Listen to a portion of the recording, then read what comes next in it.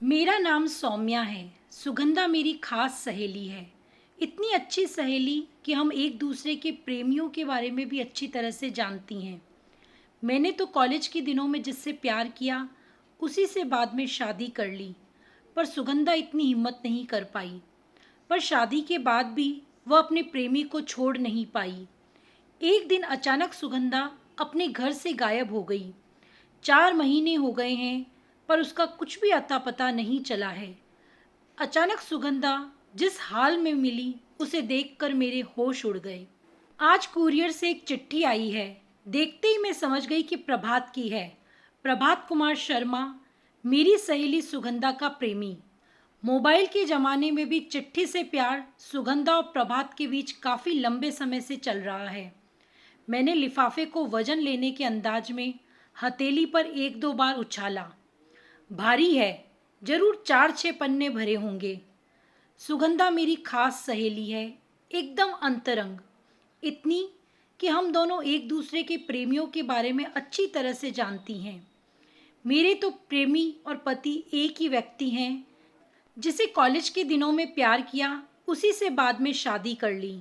घर वालों से लड़ झगड़ के, सत्याग्रह करके, आत्महत्या की धमकी देकर, यानी उन सभी तरीकों का इस्तेमाल करके जिससे घर परिवार के सदस्यों को झुकाया जा सके। लेकिन सुगंधा इस मामले में पीछे रह गई। आंटी अंकल को उसका प्रेमी बिल्कुल भी पसंद नहीं था और उसकी शादी उन्होंने विक्रम से कर दी। सुगंधा में इतना साहस नहीं था कि वह मेरा अनुसरण करती। हम दोनों आगरा की हैं। सुगंधा तो शादी के तुरंत बाद ही दिल्ली आ गई थी, क्योंकि उसके पति दिल्ली में ही जॉब करते हैं। संयोगवश मेरे पति का ट्रांसफ़र 1 महीने बाद दिल्ली हो गया और हम बिछड़ी सहेलियां पुनः मिल गई। सुगंधा की शादी के बाद जब उसकी विदाई हो रही थी, तो उसका चेहरा अपनी हथेलियों में लेकर मैंने उससे कहा था, सुगंधा, तुम चिंता मत करना। तुम्हें अपने प्रेम की बलि देनी पड़ रही है, पर मैं तुम्हें अपने प्रेमी से जरूर मिलवाऊंगी एक दिन। सुगंधा मोबाइल पर प्रभात से बात नहीं कर पाती थी, तो उसके प्रेमी प्रभात की चिट्ठियां मेरे पास ही आती थी और मैं समय समय पर वे चिट्ठियां सुगंधा तक पहुंचा देती थी। जब सुगंधा खुश होकर प्रभात के खत को पढ़ती, तो मुझे गर्व का एहसास होता। मुझे लगता मैं समाज से प्रताड़ित दो प्रेमियों को मिलाने का महान काम कर रही हूँ। अधिकतर सुगंधा ही मेरे घर पर आ जाती थी, दिन गिनकर कि अब प्रभात का खत आ गया होगा। कुछ देर उसको तरसाने और चिढ़ाने के बाद मैं प्रभात का खत उसको दे ही देती थी। कई बार सुगंधा खत को पढ़ने के बाद रोने लगती थी और मैं उसे ढांढस बंधाती। सुगंधा को आज अपने घर पर कुछ काम था, तो इस बार उसको प्रभात का खत देने मुझे ही जाना था। पर मैं उस खत को पढ़ने का लोभ नहीं छोड़ पा रही थी, तो मैंने मुंह की भाप से उसको गीला कर दिया और खोल दिया। पत्र में बहुत सारी प्यार भरी बातें लिखी थी। मैं पत्र पढ़कर शर्म से लाल हो गई। इस पत्र में मुझे एक विशेष बात लगी। एक जगह यह संकेत था कि सुगंधा चाहे तो अभी भी प्रभात के पास आ सकती है। ये बात घुमा फिरा के लिखी हुई थी, फिर भी एकदम स्पष्ट थी। पत्र पढ़ने के बाद मैं कुछ देर सोचती रही, क्या सुगंधा अपने प्रेमी के पास जा सकेगी? क्या इतना साहस है उसमें? उसे जाना चाहिए। मैं भरूंगी उसमें साहस। आखिर महिला कब तक आदमियों द्वारा बनाई गई सामाजिक व्यवस्था का शिकार बनती रहेगी? उसका भी दिल है, उसके भी अरमान हैं, उसके भी सपने हैं। इन सब बातों को सोचकर मैंने लिफाफा पहले की तरह चिपका दिया और सोचा, जल्दी से जल्दी इसे सुगंधा के पास पहुंचा देना चाहिए। वो इंतजार कर रही होगी। 3-4 बार पहले भी पूछ चुकी है और मैं सुगंधा के घर पर पहुंच गई। कमरे पर पर्दा टंगा हुआ था।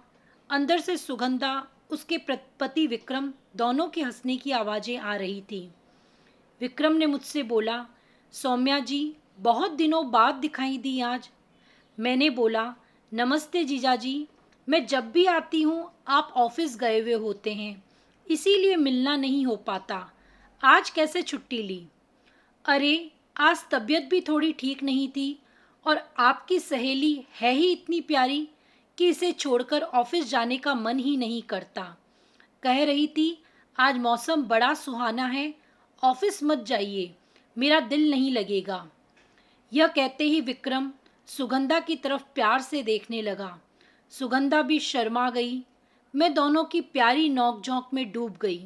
कमरे की एक-एक चीज पर सुगंधा की सुरुचि की छाप थी। एक कोने में मोबाइल में हल्के गाने बज रहे थे। सुगंधा चाय और पकोड़े लेने चली गई। विक्रम मुझे बता रहे थे कि आपकी सहेली बहुत ही प्यारी है। हालांकि शादी को 3 महीने हो गए हैं। अब वो मुझसे अच्छे से बात करने लगी है। पता नहीं मुझसे प्यार करने में उसे इतना समय क्यों लग गया।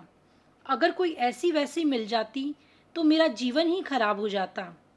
मैं विक्रम की एक एक बात को सुनकर मन ही मन सोच रही थी कि अगर दोनों का जीवन अब इतना प्यार भरा चलने लगा है तो मुझे प्रभात का पत्र देकर सुगंधा की गृहस्थी अब बर्बाद नहीं करनी चाहिए। कुल मिलाकर मैं अपनी अंतरंग सहेली सुगंधा को खुश देखना चाहती थी। अगर वह विक्रम के साथ खुश है तो फिर अब प्रभात से रखने का कोई मतलब नहीं है। मैं यही सब सोच रही थी कि इतने में सुगंधा चाय और पकोड़े लेकर आ गई और हम चाय नाश्ते का आनंद लेने लगे। तभी विक्रम के ऑफिस से फोन आ गया और वह दूसरे कमरे में चले गए। सुगंधा मुझसे पूछने लगी, सौम्या, प्रभात का खत नहीं आया क्या? बहुत दिन हो गए इस बार। इतनी देरी तो कभी नहीं हुई। 1 महीना होने जा रहा है। आया हो तो दे दो ना भाई, क्यों तरसा रही हो? नहीं आया, मैंने सुगंधा की आंखों में देखकर कहा और यह कहते हुए कि मुझे घर पर जरूरी काम है, तेजी से सुगंधा के घर से बाहर निकल गई। रास्ते भर में यही सोचती रही कि विक्रम बहुत प्यार करने वाला पति है। अब सुगंधा को प्रभात को कह देना चाहिए कि वह उसका इंतजार ना करे और शादी कर ले। यही सब सोचते सोचते मेरा घर आ गया। बीच बीच में सुगंधा का फोन लगातार आता रहा और वह मुझसे पूछती रही कि प्रभात का खत आया है या नहीं। मैं हमेशा यह कहकर टालती रही कि नहीं, अभी तक तो नहीं आया। इस तरह से इस बात को अब 1 महीना बीत गया था। अचानक से एक दिन मेरे पास में विक्रम का फोन आया और वो परेशान आवाज में बोला, सौम्या, सुगंधा तुम्हारे यहाँ आई है क्या? वह कल से घर से लापता है और उसका कोई अता पता नहीं है। उसके मायके आगरा में भी मैं फ़ोन लगा चुका हूँ, वहाँ पर भी वह नहीं पहुँची। पुलिस में एफआईआर कराने से पहले मैं तुमसे पूछ रहा हूँ, वह आई है क्या? तुम्हारी उससे कोई बात हुई थी क्या? विक्रम की बात सुनकर मैं सन्न रह गई। मुझे कुछ भी समझ नहीं आ रहा था कि सुगंधा कहाँ चली गई, क्योंकि उसने मुझे इस बारे में कुछ भी नहीं कहा था। मैंने विक्रम को तो मना कर दिया कि नहीं, सुगंधा मेरे पास नहीं आई है, परंतु इन सब बातों का दोषी मैं अपने आप को ही मान रही थी। मैंने तुरंत अपने पति विशाल से बात की और बैग लेकर अपने मायके आगरा रवाना हो गई। मुझे पक्का लग रहा था कि सुगंधा प्रभात के पास ही गई होगी। आगरा अपने मायके पहुंचते ही सबसे पहले मैंने अपना बैग रखा और फिर मैं चाय पीकर भाभी और माँ को यह कहकर कि मैं सुगंधा की माँ के हालचाल पूछकर आती हूँ, सुगंधा के मायके रवाना हो गई। वहाँ जाकर मुझे पता चला कि सुगंधा का उनके पास कई दिनों से कोई फ़ोन नहीं आया, ना ही उन्हें जानकारी है कि सुगंधा कहाँ है। वह सब भी बहुत ज़्यादा परेशान थे। मैंने उनको सांत्वना दी कि सुगंधा जल्द ही मिल जाएगी। उसके बाद मैं वहाँ से सीधे प्रभात के घर निकल गई। मुझे पक्का पता था कि सुगंधा मुझे वहीं मिलेगी। जब मैं प्रभात के यहाँ पहुँची तो वो अपना कोई आर्टिकल लिखने में व्यस्त था।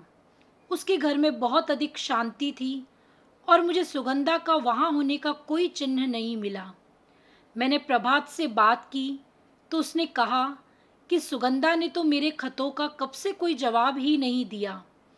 अभी कुछ ही दिन पहले उसका फ़ोन आया कि प्रभात, तुम अब किसी और से शादी कर लो और मुझे भूल जाओ, हम बस अब एक अच्छे दोस्त हैं।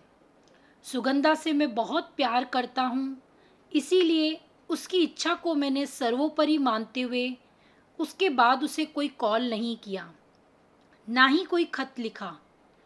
मुझे बताओ, सुगंधा कहाँ चली गई?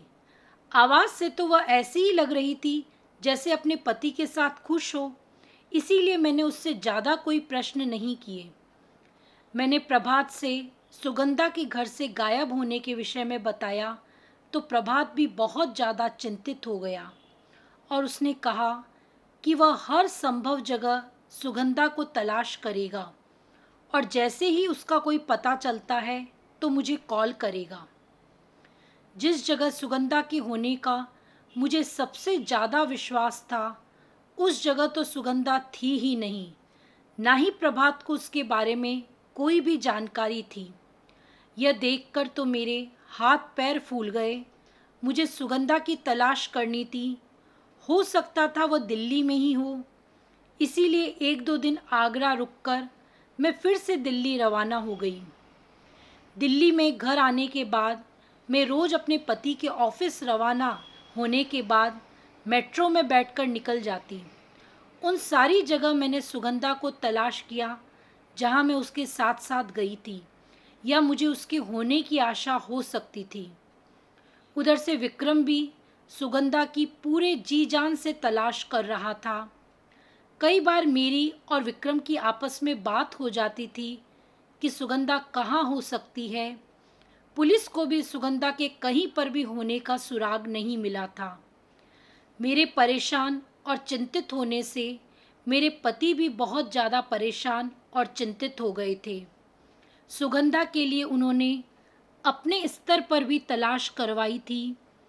कई लोगों को सुगंधा की फ़ोटो भेजी थी, पर उन्हें भी निराशा ही हाथ लगी थी। धीरे धीरे इस बात को 4 महीने बीत चुके थे और अब ऐसा लग रहा था कि सुगंधा के साथ कोई अनहोनी हो गई है। पता नहीं क्यों मेरा मन मुझे बार बार कचोट रहा था कि सुगंधा के गायब होने का कारण मैं तो नहीं हूँ। मैं ही उसे प्रभात के खत ले जाकर दिया करती थी। हालांकि वो प्रभात के यहाँ भी नहीं थी, फिर भी मेरा अंतर्मन मुझे कचोट रहा था कि कहीं ना कहीं इसके पीछे का कारण मैं हूँ। इसीलिए मैं चाह कर भी सुगंधा की तलाश को छोड़ नहीं पा रही थी और रोज़ उसकी तलाश में निकल जाया करती थी। इसी तरह से एक दिन मैं मेट्रो में उदास बैठी थी, तभी मुझे कुछ सीट आगे सुगंधा जैसी एक लड़की दिखाई दी। मैं उछलकर अपनी सीट से उठी, उसके पीछे भागी। तब तक वह मेट्रो से उतर चुकी थी। वह काफ़ी आगे चल रही थी, पर फिर भी मैं लगातार उसका पीछा कर रही थी। मेट्रो स्टेशन से बाहर निकलते ही उसने एक रिक्शा किया। मैंने भी उसके पीछे एक रिक्शा कर लिया और रिक्शा वाले को सुगंधा के रिक्शा का पीछा करने के लिए बोला। आधा किलोमीटर दूर जाकर रिक्शा रुक गया और सुगंधा तेजी से एक बिल्डिंग में घुस गई।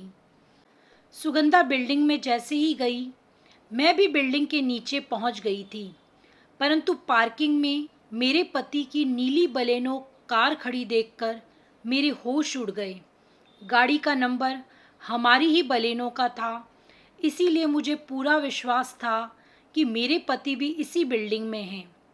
मैंने रिक्शा वाले को वापस रिक्शा घुमाने को बोला और मेट्रो स्टेशन पहुंच गई। रास्ते भर मैं यही सोचकर रोती रही कि विशाल और सुगंधा का चक्कर चल रहा था और मैं सुगंधा को कहाँ कहाँ नहीं ढूंढ रही थी। मुझे विशाल और सुगंधा पर बहुत ही ज़्यादा गुस्सा आ रहा था, पर मैं इस बात की पूरी तह तक जाना चाहती थी, इसीलिए मैं बिल्डिंग में अंदर नहीं गई। घर जाकर सोफे पर मैं बेदम पड़ गई। पिछले 1 घंटे में मेरे साथ ऐसा कुछ हुआ था कि मेरा रिश्ते नातों पर से विश्वास उठ गया था। जिंदगी भर जिसे जान से ज़्यादा चाहा, वह मेरी प्यारी सहेली, और मेरा पति जो मेरा प्रेमी भी था, जिसे मैं देवता मानती थी, वह दोनों ही आपस में। मुझे सोच सोच कर घिन आ रही थी। मेरा सब कुछ खत्म होता लग रहा था। शाम को विशाल घर आ गया। मुझे अंदर से विशाल पर बहुत ज़्यादा क्रोध आ रहा था, पर मैं सारी सच्चाई पता लगाना चाहती थी, इसीलिए मैंने ऊपर से अपने आप को संयत रखा हुआ था। अपने कमरे में विशाल जैसे ही नहाने के लिए बाथरूम में गए, मैंने विशाल का मोबाइल चेक किया, परंतु उसमें सुगंधा का नाम और नंबर नहीं था। यह तो मुझे पता था कि सुगंधा ने गायब होने के बाद से अपना मोबाइल नंबर चेंज कर लिया होगा। सिम्मी नाम से एक दो लड़की के कॉल थे, उस नंबर को मैंने अपने पास में लिखकर नोट कर लिया। सुगंधा के पति विक्रम को फ़ोन लगाकर उसे जानकारी दी कि मैंने सुगंधा को रोहिणी में बिल्डिंग में घुसते हुए देखा है। सुनते ही वो चौंक गया और हमने फैसला किया कि कल हम दोनों मिलकर उस बिल्डिंग में जाएंगे। अगले दिन सुबह 10 बजे मेरे पति के निकलने के बाद मैं भी अपने घर से निकल गई और रोहिणी की उस बिल्डिंग के सामने की तरफ के गार्डन में पहुंच गई। वहीं मैंने विक्रम को भी बुला लिया था। बिल्डिंग 10 फ्लोर की थी। मैं और विक्रम बिल्डिंग में नीचे पहुंच गए थे, पर हमें यह नहीं पता था कि सुगंधा कौन से फ्लोर पर और कौन से फ्लैट में है। हमने चौकीदार को 500 का नोट पकड़ाया और उसे कहा कि यह नीली बलेनो वाला आदमी जिस फ्लैट में गया है उसका नंबर बताओ। चौकीदार ने बता दिया और हम लिफ्ट से 7वें फ्लोर पर पहुंचे। फ्लैट के सामने पहुंचते ही जैसे ही हमने बेल बजाई, हमें बहुत देर तक बेल बजानी पड़ी। फिर विशाल ने दरवाज़ा खोला। विशाल को देखते ही मेरा मन क्रोध से भर गया और मैंने फ्लैट में घुसते ही विशाल को एक तमाचा मार दिया और अंदर घुसते ही पूछा, सुगंधा कहाँ है? विशाल हक्का बक्का रह गया और कहने लगा, कौन सुगंधा? मैंने उस मोबाइल नंबर पर फ़ोन लगाया जो मैंने विशाल के मोबाइल से सिम्मी नाम की लड़की के लिए थे। जब फ़ोन लगाया तो अंदर रसोई से मोबाइल की आवाज़ आने लगी। मैं रसोई में पहुंची तो वहाँ सुगंधा छुप कर खड़ी थी। मेरी इच्छा हो रही थी कि मैं सुगंधा को 3-4 झापड़ जड़ दूं। जिस सहेली को मैंने अपनी जान से ज़्यादा चाहा था, उसी ने आज मेरे पति के साथ मिलकर मेरे साथ विश्वासघात किया था। सुगंधा रसोई से बाहर निकल आई और रुआसी सी सोफे पर आकर बैठ गई। बाहर आकर उसने विक्रम को भी देख लिया। मेरा खून खोल रहा था। मैंने विशाल और सुगंधा से कहा, तुम लोगों को क्या लगा था इतनी बड़ी दिल्ली में मैं तुम्हें नहीं ढूंढ पाऊंगी? विशाल ने बोलना चाहा, पर मैंने उसे गुस्से में चुप रहने का इशारा किया। मैं गुस्से में बहुत ज़्यादा काँप रही थी और मेरा दिल बहुत तेज़ी से धड़क रहा था। मैंने सुगंधा से बोला कि बोलो, क्या कहना है तुम्हें अपनी सफाई में? सुगंधा ने बोला, तुम जैसा समझ रही हो वैसा कुछ भी नहीं है सौम्या। मेरा विशाल जीजाजी से कोई चक्कर नहीं चल रहा है। मैं तो तुम जिस जानवर को अपने साथ लाई हूँ उससे बचकर भागी हूँ। सुगंधा विक्रम को देखते हुए बोली। विक्रम अपनी नज़र बचाते हुए इधर उधर देखने लगा। सुगंधा ने बोलना शुरू किया। शादी के 2-3 महीने तक तो मैं विक्रम को पसंद भी नहीं करती थी, क्योंकि मेरे मन में तब तक प्रभात था। पर 2-3 महीने बाद मैं विक्रम को दिल से चाहने लगी तो मैंने प्रभात को स्पष्ट रूप से फ़ोन करके बता दिया कि अब मैं अपने पति और अपनी घर गृहस्थी में खुश हूँ। तुम्हें भी अपने जीवन में आगे बढ़ना चाहिए प्रभात। प्रभात ने भी मेरी बात को मान लिया और फिर कभी मुझे फ़ोन करके परेशान नहीं किया। पर यह मेरी गलती रही कि मैंने प्रभात जैसे देवता इंसान को छोड़कर इस जानवर से शादी की। प्रभात से बात किए हुए मुझे 2-3 दिन ही हुए थे कि विक्रम ने मुझे अपने असली रंग दिखाने शुरू कर दिए।